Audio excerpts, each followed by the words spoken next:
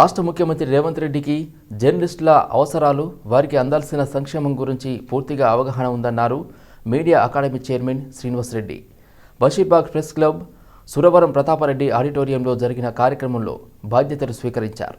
చైర్మన్గా నియమితులైన ముఖ్యమంత్రిని 2 రోజుల క్రితం కలిసి ధన్యవాదాలు తెలిపిన సందర్భంగా రాష్ట్ర జర్నలిస్టుల సమస్యల గురించి క్షుణ్ణంగా చర్చించినట్లుగా శ్రీనివాస్ రెడ్డి తెలిపారు. జర్నలిస్టులకు ఇవ్వాల్సిన ఇళ్ల స్థలాల విషయంలో రాష్ట్రంలోని అన్ని జిల్లాల కలెక్టర్లకు ప్రభుత్వ స్థలాలను గుర్తించవలసిందిగా ప్రభుత్వం ఆదేశాలు ఇస్తుందని తెలిపారు.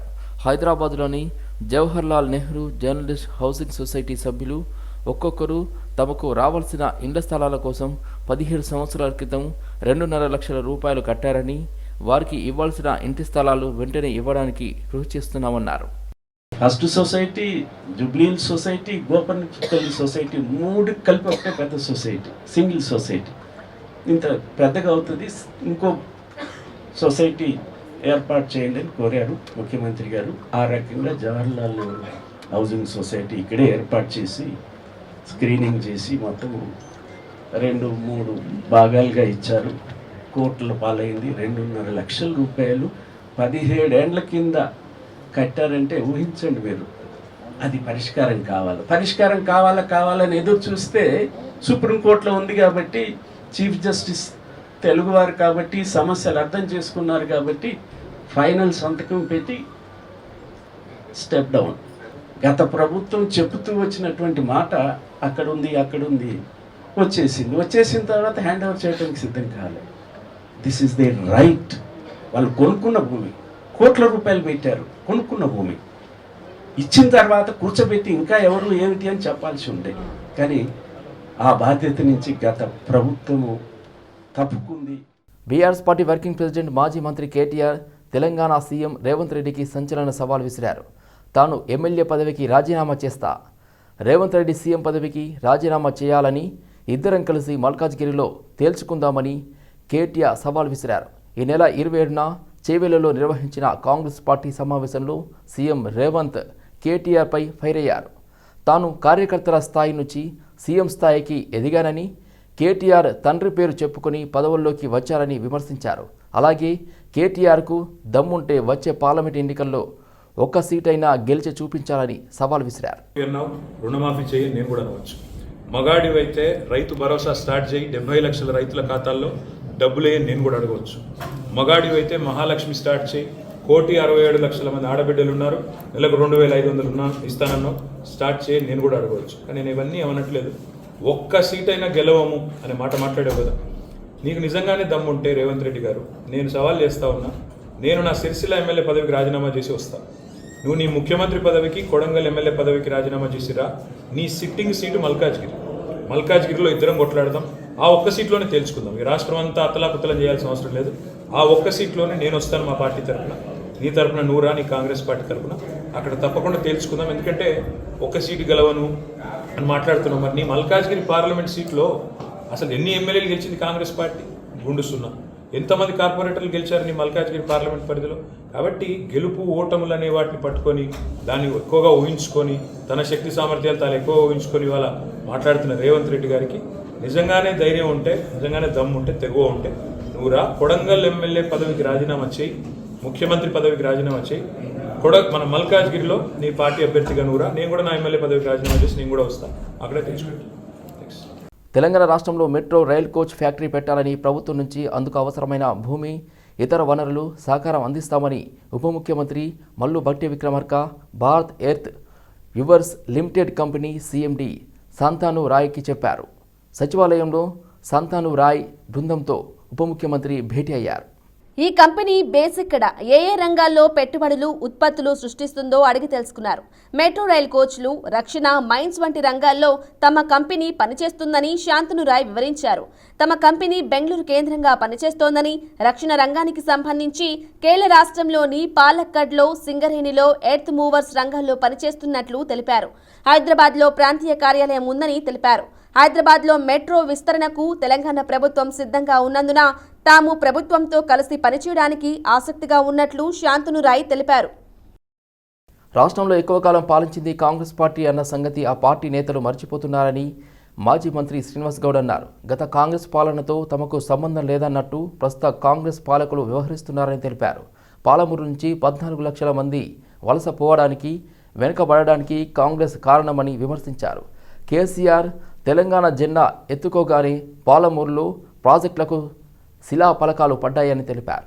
అయిపోయింది, ఎలక్షన్లు అయిపోయినాయి, ప్రజలు మీకు ఇచ్చిన అవకాశాన్ని మరి మీ హామీ నెరవేర్చుకొని పాలమూరు ప్రాజెక్టు కంప్లీట్ చేయాలి. కానీ ఉంటే మీరు పోయి ఆత్రమే పేరు మీద మీరు పోతే కాదు.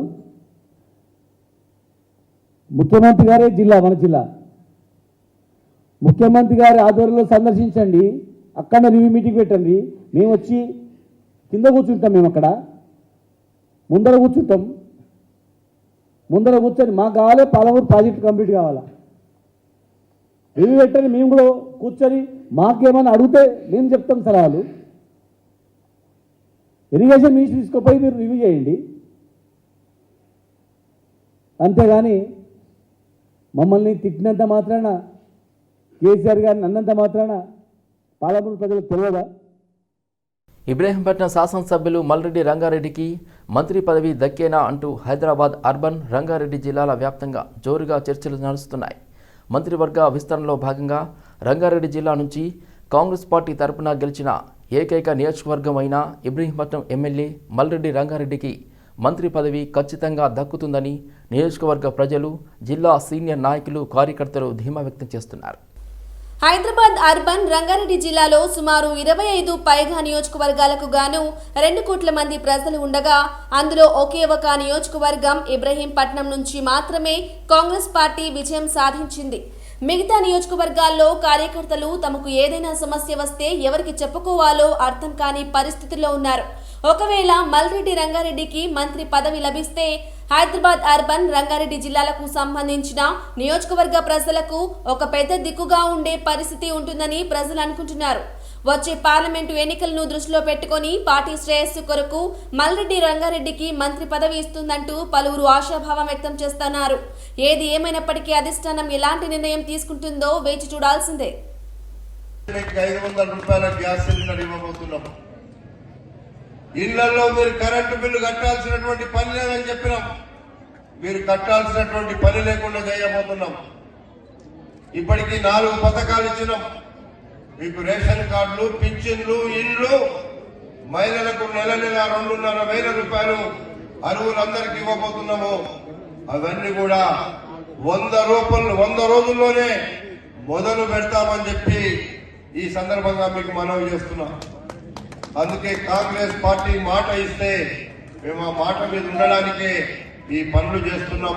తీసి అవతల వారేస్తే ఎగిరిపోతాడని, ఎవరు తీసి ఎగిరిపోయేంత పారేసేటోడంత మొగోడు ఎవడు లేడు ఈ రాష్ట్రంలో. దోసుకున్నోళ్ళు పారేస్తారు ఆ మమ్ములను. ఎవరు పారేస్తారో దోసుకున్న వాళ్ళది కక్కిస్తాం తప్ప రేవంత్ రెడ్డిని ముట్టుకునేవాడు. అంబర్పేటలోని మహంకాళి అమ్మవారి ఆలయంలో ధ్వజస్తంభ పునర్ప్రతిష్ఠ కార్యక్రమాన్ని దేవస్థానం కమిటీ ఘనంగా నిర్వహించింది.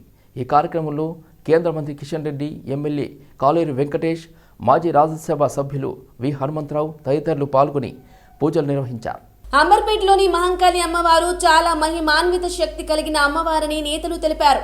ప్రతి సంవత్సరం ఇక్కడ నిర్వహించే బోనాలు ఈ ప్రాంత ప్రత్యేకతను తెలియజేస్తుందని అన్నారు. తాము ఏ కార్యక్రమం చేపట్టినా ఇక్కడి నుంచి అమ్మవారికి పూజా కార్యక్రమం నిర్వహించిన తరువాతనే ప్రారంభిస్తామని తెలిపారు. అమ్మవారి ఆశీస్సులతో రానున్న రోజుల్లో సకాలంలో వర్షాలు పడి రాష్ట్రంలో పాడి పంటలతో అందరి జీవితాలు సుఖ సంతోషాలు నిండాలని అమ్మవారిని వేడుకున్నట్లు కాంగ్రెస్ పార్టీ సీనియర్ నాయకులు వి హనుమంతరావు, కేంద్ర మంత్రి కిషన్ రెడ్డి, ఎమ్మెల్యే కాలేరు వెంకటేష్ తెలిపారు. అంచెలంచెలుగా దీని ప్రాబల్యం పెరిగింది. మహిళలు కానీ జనం కానీ రావడం జరుగుతుంది. దీంతో పాటు ధ్వజస్తంభం పెట్టాలని ఆలోచన వచ్చింది. ఈ ధ్వజస్తంభం వల్ల జనానికి అందరికీ కూడా న్యాయం జరగాలి, తల్లి దోస్తుంది అని ఆలోచనతో పెట్టారు. తప్పనిసరిగా అందరికీ శుభం జరగాలని, అన్ని కుటుంబాలు బాగుండాలని, మంచి వర్షాలు పడి అందరు పంటలు పండించుకొని మంచి భవిష్యత్తులో అమ్మవారి దయ ఉంటుంది తప్పనిసరిగా అనేది నా ఉద్దేశం.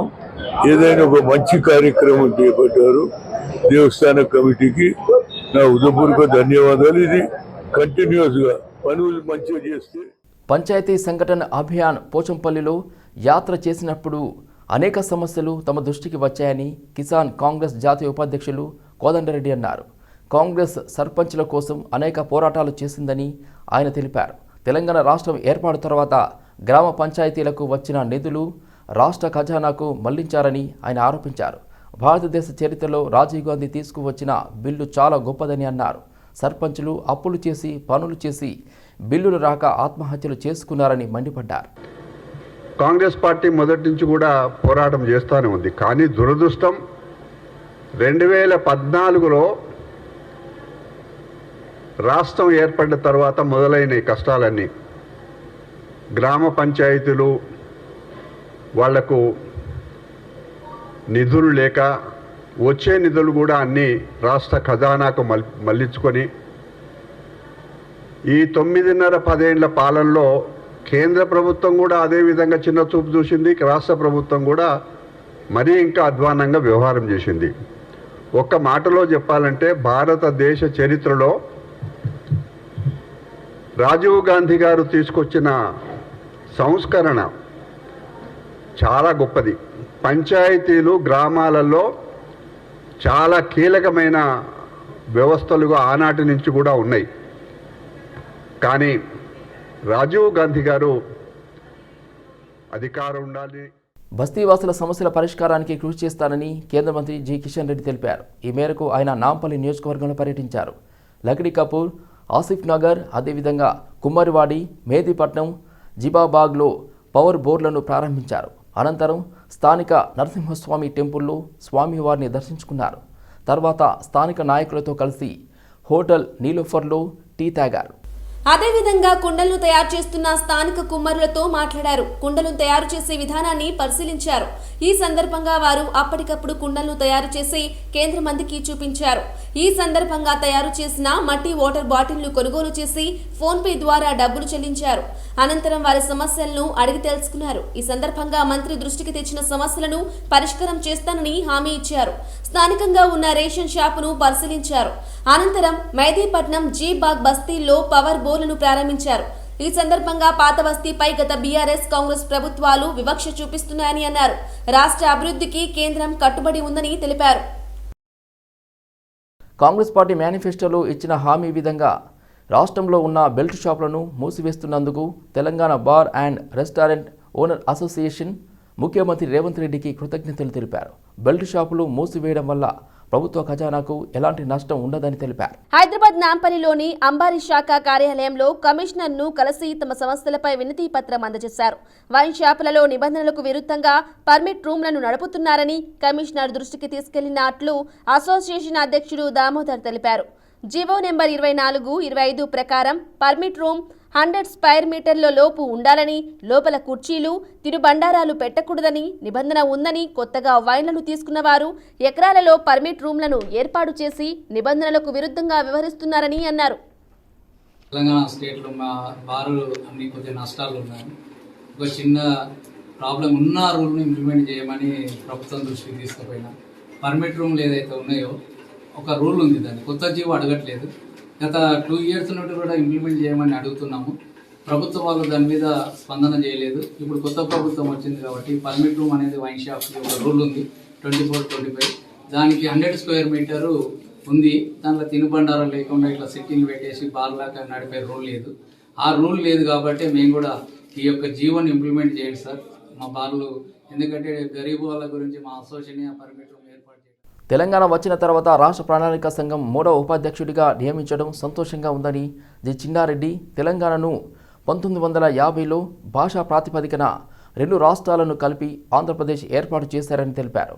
నాటి నుంచి 2014 వరకు నిరంతరం పోరాటం చేశామన్నారు. తెలంగాణ ఇస్తే కేసీఆర్ కాపాల కుక్కలా ఉంటామని చెప్పి మాట విస్మరించారన్నారు. పార్టీ విలీనం చేస్తా అని అన్నారు. దళితుల్ని సీఎం దళితులకు 3 ఎకరాల భూమి ఇంటింటికి ఉద్యోగం అని ఇచ్చిన ఏ హామీ కేసీఆర్ నెరవేర్చలేదన్నారు రాష్ట్ర ప్రణాళిక సంఘం ఉపాధ్యక్షుడు చిన్నారెడ్డి. 2018లో పార్లమెంట్ ఎన్నికలతో పాటు అసెంబ్లీ ఎన్నికలకు వెళ్తే ఓడిపోతామని ముందస్తు ఎన్నికలకు వెళ్లారన్నారు. రైతు బంధు, రైతు బీమాలతో రెండవసారి కేసీఆర్ అధికారంలోకి వచ్చాడని తెలిపారు. కాళేశ్వరంలో ప్రాజెక్టులు 3 ఏళ్లకే కూలిపోయాయన్నారు. మిషన్ భగీరథలో కూడా అవినీతి జరిగిందన్నారు. అనేక పథకాల్లో అవినీతి చేశారని ఆరోపించారు. తెలంగాణ ఏదైతే మన 2014 సాధించుకున్నామో ఆ రోజు ప్రజలందరూ కూడా, ముఖ్యంగా కాంగ్రెస్ పార్టీ నాయకులు అందరం కూడా తప్పకుండా సోనియా గాంధీ గారికి కృతజ్ఞతతో ప్రజలు ఓట్లేసి కాంగ్రెస్ పార్టీని గెలిపిస్తారనేటువంటి నమ్మకం మా అందరూ కూడా ఉండే. అదే కాకుండా కేసీఆర్ గారు తెలంగాణ ఇస్తే మా పార్టీయే ఉండదు, మేము కాంగ్రెస్లో విలీనం చేస్తాము, మేము కాపలా కుక్క మాదిరిగా ఉంటాం అనేటువంటి మాట కూడా వారు చెప్పడం జరిగినది. అలాంటి సందర్భంలో వారు మాట తప్పి వారు ప్రత్యేకంగా ఎన్నికల్లో పోటీ చేసి ఆ రోజు వారు కాంగ్రెస్ పార్టీని ఓడించి అధికారంలోకి రావడం జరిగిందనేటువంటి మాట కూడా నేను మీతో మనవి చేస్తున్నాను. వారు అధికారంలోకి వచ్చిన తర్వాత ఎన్నికల కన్నా ముందు ఎన్నో వాగ్దానాలు చేశారు. కానీ ఆ వాగ్దానాలు కేసీఆర్ హరీష్లు మేడిగడ్డకు బొగ్గు కొట్టారని ఎమ్మెల్యే మందుల శ్యామలు విమర్శించారు. దాన్ని చూడడానికి వెళ్తున్న కేటీఆర్కు అసలు మేడిగడ్డ అని తెలుసా అని ప్రశ్నించారు. కేసీఆర్ మేడిగడ్డను బొందలగడ్డ అన్నారన్నారు. కమిషన్ల కోసం కాళేశ్వరం ఇదే విషయం అన్నందుకు నాయని నరసింహారెడ్డికి టికెట్ కూడా ఇవ్వలేదన్నారు. మేడిగడ్డకు పడ్డ బొర్రెను పూడ్చడానికి పోతున్నారా, ఇదేమైనా ఇల్లా ఆగమేఘాల మీద మరమ్మతులు చేయడానికి అని పేర్కొన్నారు. ఇట్లా ఇప్పుడు బతుకుంటే ఎవరాలు బయటకు వెళ్ళలేదు కానీ ఏమరా ఏ పని చేస్తున్నారా రామా నాయన నేనేం చేసిన ఆయన ఇట్లా ఒకరి కోసం ఒకరు కాదు. ఏమరా హరీషు ఏమరా అని ఆయన నేనేం చేద్దామా అని ఈయన అది చేసి కవిత మా కొంప నిప్పి పెడితే కవిత అని వీళ్ళు ఒక కోస కాదు, ఒక తిప్పలు కాదు. అందుకోసం వరే వాళ్ళ ఇంత గోల పుట్టింది కనుక రేపు పార్లమెంట్ కూడా ఎవరు నమ్మే పరిస్థితి లేదు. నేను నమ్ముకున్న ఉద్యమకారులు ఆగం చేసి అవునా ఒక్కొక్క చక్రమకి అయితే మొత్తం ఏదో ఎస్కార్డు పంపించి అని చేసి నేను పరిచయం పడలేరు. ఆమె శంకరమ్మకు పోలీసులు ఎస్కార్డు కుయ్యేసప్పుడు రాగా నీతో ఎమ్మెల్సీ ఇస్తారనుకున్నా. ఎమ్మెల్సీ లేదు ఏం లేదు ఆడ ఇంత కడవగా తీరాలి పెట్టి ఏమని మోసం చేస్తారు చెప్పు. ఎంతగానో మోసం భరిస్తారు ఈ తెలంగాణ ప్రజానిక. నిజంగా ఎక్కడెక్కడ నీళ్ళు ఇచ్చారు చెప్పరు మీరు, ఎక్కడెక్కడ నీళ్ళు ఇచ్చారు? నీకు ఇతర ఈ నర్సాపూర్ సిద్దిపేట ఈ సిద్దిపేటకి ఇక్కడెక్కడ వస్తాయి గుండాలు కట్టుకుని నీళ్ళు గుండాలు కట్టుకోరు. నువ్వు కాలువ తీస్తే ఆ కాలువ నడువునే తెగిపోయింది మొత్తం బొలబొలబొల నీళ్ళకి పోయా. కాంగ్రెస్ పార్టీ ప్రాజెక్టులను నిర్వీర్యం చేయాలన్న ఆలోచనలతో ఉందని మాజీ ఎమ్మెల్సీ కన్య ప్రభాకర్ విమర్శించారు. ప్రభుత్వ కుట్రలను దుష్ప్రచారాన్ని తిప్పికొట్టాలన్న భావనతోనే మేడిగడ్డ వెళ్తున్నామని ఆయన అన్నారు. తెలంగాణను ఎండగట్టాలన్న ఆలోచనతో ప్రభుత్వం కనిపిస్తుందని మండిపడ్డారు. అవినీతి జరిగిందని పదే పదే మాట్లాడుతున్నారని తెలిపారు. జరిగిన ప్రతి పనిలోనూ అవినీతి అని చెప్పి రాష్ట్రాన్ని అధోగతి పాలు చేయాలని చూస్తున్నారని మండిపడ్డారు. నేషనల్ డ్యామ్ సేఫ్టీ అథారిటీ పేరు మీద నీళ్లు వదిలిపెట్టి మేడిగడ్డని కొట్టుకపోయే ప్రయత్నం చేస్తున్నది ప్రభుత్వం.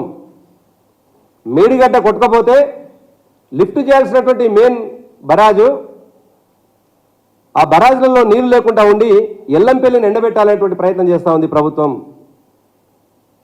మొన్న మా కేటీఆర్ గారు, మా పార్టీ వర్కింగ్ ప్రెసిడెంట్ గారు చాలా స్పష్టంగా ఒక మాట అన్నారు. ఇప్పటికే ఉన్నటువంటి సుందిళ్లలో కావచ్చు, అన్నారంలో ఉన్నటువంటి నీళ్ళని ఎల్లంపల్లికి లిఫ్ట్ చేసి పెట్టండి అని మాట్లాడితే, మరి వాళ్ళ ఇష్టం వచ్చినట్టుగా మాట్లాడే అలవాటు ఉన్నటువంటి ఈ ప్రభుత్వంలో ఉన్నటువంటి పెద్దలు నోటికి వచ్చినట్టు మాట్లాడడం అలవాటు అయిపోయింది. కాబట్టి మా వర్కింగ్ ప్రెసిడెంట్ గారిని సెన్స్ లేకుండా మాట్లాడుతున్నాడు కేటీఆర్ గారు అని చెప్పేసి మాట్లాడతారు. సెన్స్ లేనిది నీకా? నువ్వు చేసే సెన్స్ లేని పనుల్లోనే ప్రపంచానికి చెప్పే మాకా సెన్స్ లేదు. ఇవాళ హయత్ నగర్లో సీఎంఆర్ షాపింగ్ మాల్ను ఘనంగా ప్రారంభించారు. ఈ ప్రారంభోత్సవ కార్యక్రమానికి ప్రముఖ సినీ తారలు అసికా రంగనాథ్, అమృత అయ్యర్లు, స్థానిక ఎమ్మెల్యే సుధీర్ రెడ్డి ముఖ్య అతిథులుగా హాజరై ప్రారంభించారు. సినీ తారలు చూసేందుకు అభిమానులు పెద్ద సంఖ్యలో తరలివచ్చారు. సీఎంఆర్ షాపింగ్ మాల్ ను ప్రారంభించడం చాలా సంతోషంగా ఉందన్నారు సినీ తార అమృత అయ్యర్. అతి తక్కువ ధరల్లో మెరుగైన వస్త్రాలు ఇక్కడ ఉన్నాయని, ఆఫర్లను ప్రతి ఒక్కరూ ఉపయోగించుకోవాలని పిలుపునిచ్చారు. తెలుగు రాష్ట్రాల్లో అతి సరసమైన ధరలకే వస్త్రాలను అందజేస్తున్నామని షాపింగ్ మాల్ నిర్వాహకులు తెలిపారు. ముఖ్యంగా వెంకటరమణ గారి ఆధ్వర్యంలో రాష్ట్రంలో మొత్తం 31 అవుట్లెట్లు, మరి హైదరాబాద్లో ఇది 4వ అవుట్లెట్. మరి సిఎంఆర్ మాల్ అంటే అన్ని రకాల వస్త్రాలకు ప్రసిద్ధిగాంచింది. మరి సరసమైన ధరలకు మరి రీజనబుల్ రేట్స్కు మధ్యతరగతి నుంచి అన్ని తరగతుల వాళ్ళకి అన్ని రకాల వస్త్రాలు ఇక్కడ అందుబాటులో ఉంటాయి. ఈ హైదరాబాద్లో ఈ 4వ షాపింగ్ మాల్ మనకు అన్ని రకాల వస్త్రాలు ఇక్కడ లభిస్తాయని చెప్పేసి మనకి ఇక్కడ హైదరాబాద్ చుట్టుముట్టున్న ప్రాంతాల్లో అందరూ దీన్ని సద్వినియోగం చేసుకోవాలని చెప్పి నేను కోరుకుంటూ ఇంత మంచి షాపు వాళ్ళు ఇక్కడ హైదరాబాద్లో ఓపెన్ చేసినందుకు యజమానికి ప్రత్యేక ధన్యవాదాలు తెలుపుతున్నాను. ఇంత మంచి షోరూమ్ ఓపెన్ చేసినందుకు మన చుట్టుపక్కల ప్రాంతాలు అందరూ దీన్ని సద్వినియోగం చేసుకోవాలని చెప్పి కోరుతున్నాను. చాలా హ్యాపీగా ఉంది ఈరోజు సిఎంఆర్ షాప్ ఓపెనింగ్ వచ్చామని. Very happy.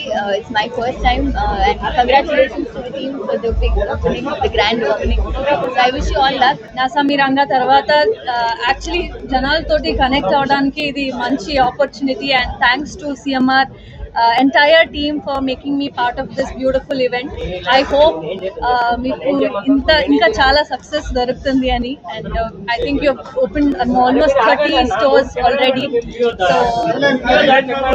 I know CMR has been wonderful. Congress party ఎన్నికల్లో భాగంగా ప్రజలకు ఇచ్చినటువంటి మరో 2 హామీలను అమలు చేసిందని జిన్నారం మండల్ కాంగ్రెస్ పార్టీ ఉపాధ్యక్షులు కలాల్ రాజ్ గౌడ్ అన్నారు. మహాలక్ష్మి పథకంలో భాగంగా ప్రతి ఇంటికి 500 రూపాయలకే సిలిండర్, గృహజ్యోతి పథకంలో భాగంగా ప్రతి ఇంటికి 200 యూనిట్లు ఉచిత విద్యుత్ ఇస్తానని చెప్పడం జరిగిందన్నారు. ఇచ్చిన మాట ప్రకారం ఈ 2 గ్యారంటీలను అమలు చేసిన సందర్భంగా జిన్నారం కాంగ్రెస్ పార్టీ ఉపాధ్యక్షులు కలాల్ రాజు గౌడ్ మాదనం గ్రామ ప్రజలతో కలిసి మహాలక్ష్మి గృహజ్యోతి గ్యారంటీలను ప్రారంభించిన సీఎం రేవంత్ రెడ్డికి ధన్యవాదాలు తెలిపారు. అలాగే గ్రామ పంచాయతీ కార్యాలయం దగ్గర సీఎం రేవంత్ రెడ్డి చిత్రపటానికి పాలాభిషేకం నిర్వహించారు. గృహజ్యోతి, మహాలక్ష్మి పథకాలు పేద మధ్యతరగతి కుటుంబాలకు ఎంతో సహాయపడతాయని అన్నారు. ఇప్పటికే మహిళలకు ఉచిత బస్సు ప్రయాణం, ఆరోగ్యశ్రీ పరిమితిని పెంచుతుందన్నారు. నిజమైన లబ్ధిదారులకు, అర్హులకు పథకాలను అందించడం ప్రభుత్వ ఉద్దేశమన్నారు. ముందు 2 చేసిండు, ఇప్పుడు 2 పథకాలు. ఒకటి 500కే సిలిండర్, ఇంకోటి 200 యూనిట్లు. ఎందుకంటే గరీబులకు కాంగ్రెస్ పార్టీ అంటే గరీబ్ పార్టీలు అయితే 500 సిలిండర్ ఇంటికి మించిన ముందు 900, 1000, 1000 ఉండే. ఒక 500 అంటే ఇంటికి ఒక 500 అంటే ఇంచుమించు ఒక 1000 కుటుంబాలు అంటే నెలకు వచ్చేసి ఒక 50,000 రూపాయలు గ్రామస్తులకు సేఫ్ ఉంది. 200 యూనిట్ల గిట్ట ఫ్రీ ఉందంటే ఓన్లీ గరీబుల పార్టీ గరీబులకు పనిచేస్తుంది. కాబట్టి ప్రత్యేకంగా ఈ మాదరం గ్రామ ప్రజల నుంచి కాంగ్రెస్ పార్టీకి మన రేవంత్ రెడ్డి గారికి, సోనియా గాంధీ గారికి, కాళేశ్వర గాని కాంగ్రెస్ పార్టీ మెయిన్ కార్యకర్తలు అందరికీ నాయకులకు ప్రత్యేక ధన్యవాదాలు తెలియజేస్తున్నాం. ఎందుకంటే కాంగ్రెస్ పార్టీ ఇచ్చి మాట తప్పేది కాదు, మాట ఇచ్చి మాట మీద నిలబడే పార్టీ. కాబట్టి ప్రజలు అందరూ నమ్మాలి కంపల్సరీ. ఇంకా మీ దగ్గర ఇప్పుడు ఉచిత బస్సు కంపల్సరీ వస్తుంది, మీరు కూడా చూస్తారు. రేపటి నుంచి బస్సు నుంచి సిలిండర్ 500కే వస్తుంది, 200 యూనిట్లు. గరీబులకు అంటే ఇంచుమించు 90% గరీబులకే సేఫ్ అవుతుంది. ఏదైతే మాట ఇచ్చిందో మాట ప్రకారం నిలబడి మాట ప్రకారం చేస్తుండ్రు. 5 దశాబ్దాలుగా టూరిజం, హాస్పిటాలిటీ రంగంలో సేవలు అందిస్తున్న సదరన్ ట్రావెల్స్ ఇవాళ కూకట్పల్లి కేపీహెచ్పి కాలనీలో నూతన శాఖను ప్రారంభించారు. Director general of special protection force IPS అధికారి అనిల్ కుమార్ హైదరాబాద్ ప్రజల సౌకర్యార్థం అన్ని పర్యాటక అవసరాలకు అనుగుణంగా ఈ కొత్త బ్రాంచ్ను ప్రారంభించడం జరిగిందని సంస్థ డైరెక్టర్ ఆలపాటి వెంకట ప్రవీణ్ కుమార్ అన్నారు. దక్షిణ భారతదేశం నుండి వేలాది మంది ప్రయాణికులకు సదరన్ ట్రావెల్స్ విశ్వసనీయ ప్రయాణ భాగస్వామిగా నమ్మకం ఉంది అని, దేశీయ పర్యటనానికి కూడా సరైన ఎంపిక సదరన్ ట్రావెల్స్ అని, 1500కు పైగా ట్రావెల్ ప్యాకేజీతో కస్టమర్ల అన్ని అవసరాలను దృష్టిలో ఉంచుకొని తయారు చేయబడింది అన్నారు. ట్రావెల్ చేసే వారిని దృష్టిలో పెట్టుకొని స్పెషల్ లక్కీ డ్రా సిస్టమ్ సైతం అందుబాటులోకి తెచ్చామని, దానిలో గెలుపొందిన వారికి బహుమతులతో పాటు ప్రయాణ సమయంలో డిస్కౌంట్లు కల్పిస్తామని వెల్లడించారు. ఈ కొత్త బ్రాంచ్ లో domestic, international holiday trips packages, flights bookings తో పాటు ప్రపంచ హోటళ్లు, రిజర్వేషన్లు, వీసా సేవలు సైతం అందుబాటులో ఉన్నాయని తెలిపారు. ఉప్పల్ పోలీస్ స్టేషన్లో మల్కాజ్గిరి డీసీపీ పద్మజారెడ్డి సమావేశం నిర్వహించారు. పొలిటికల్ నాయకుడిగా ఎంటర్ అయిన ఉదయ్ భాస్కర్ గౌడ్ గతంలో తనపై అనేక క్రిమినల్ కేసులు ఉన్నాయని అన్నారు. సెక్యూరిటీ సిబ్బందిని ఏర్పరచుకోవడం కోసం ఉదయ్ భాస్కర్ గౌడ్ తనపై అటెంప్ట్ మర్డర్ సృష్టించుకున్నారని పోలీసులు తెలిపారు. స్నేహితులు వర్కాల శివగౌడ్, మిరపకాయల సంతోష్ రెడ్డితో కలిసి ఉదయ్ భాస్కర్ ప్లాన్ సెట్ చేసుకున్నారని పోలీసులు తెలిపారు. ఈ నెల 24న ఈ ముగ్గురు తెలిసిన మరో 5గురితో కలిసి ఉప్పల్ బాగాయత్లో సాయంత్రం ఫేక్ అటెంప్ట్ మర్డర్ని సృష్టించారని అన్నారు. ఉదయ్ భాస్కర్ గౌడ్పై గతంలో నాచారం, కీసర, మాధాపూర్, మేడిపల్లి పోలీస్ స్టేషన్లలో క్రిమినల్ కేసులు ఉన్నాయని తెలిపారు. ఓ మర్డర్ కేసులో 2018లోనే ఉదయ్ భాస్కర్ గౌడ్పై మేడిపల్లి పోలీసులు రౌడీ షీట్ ఓపెన్ చేశారని చెప్పారు. కంప్లైంట్ రావడం జరిగింది. ఉదయ్ భాస్కర్ గౌడ్ అని చెప్పి ఇతను రెసిడెంట్ ఆఫ్ బోడుప్పల్. సో అతని మీద తెలియని ఒక నలుగురు అటాక్ చేశారు అని చెప్పి ఉప్పల్ బగాయత్ దగ్గరలో ఆ ప్లేస్ సరౌండింగ్స్లో అటాక్ అయ్యింది. ఒక నలుగురు మాస్క్ వేసుకొని ఆ కర్చీఫ్ కొట్టి ఇతన్ని కూర్చున్న దగ్గర వెనక నుంచి వచ్చి స్టాప్ చేశారు అని ఒక కంప్లైంట్ తీసుకొని రావడం జరిగింది. దాని మీద crime number 248/2024 under section 307, 341, 427 red with 34 IPC ఈ సెక్షన్స్ కింద కేసు నమోదు చేసి ఫర్దర్ ఇన్వెస్టిగేషన్ టేకప్ చేయడం జరిగింది. Because it is around 7 o'clock ఈ అటెంప్ట్ జరిగింది కాబట్టి తర్వాత ఇక్కడ మా పోలీస్ స్టేషన్కి రాకముందే చాలా వరకు ఈ వీడియోని బాగా వైరల్ అయిపోయింది. చాలా మీడియా గ్రూప్స్లో కూడా చాలా వైరల్ అయిపోయింది. సో ఈ క్రమంలో ఈ కేసు ఇంపార్టెన్స్ తీసుకొని ఒక 3 టీమ్స్ ఫామ్ చేసి ఇన్వెస్టిగేషన్ స్టార్ట్ చేశాము. సో ఇన్వెస్టిగేషన్ చేసే క్రమంలో మనకు తెలిసింది ఏంటంటే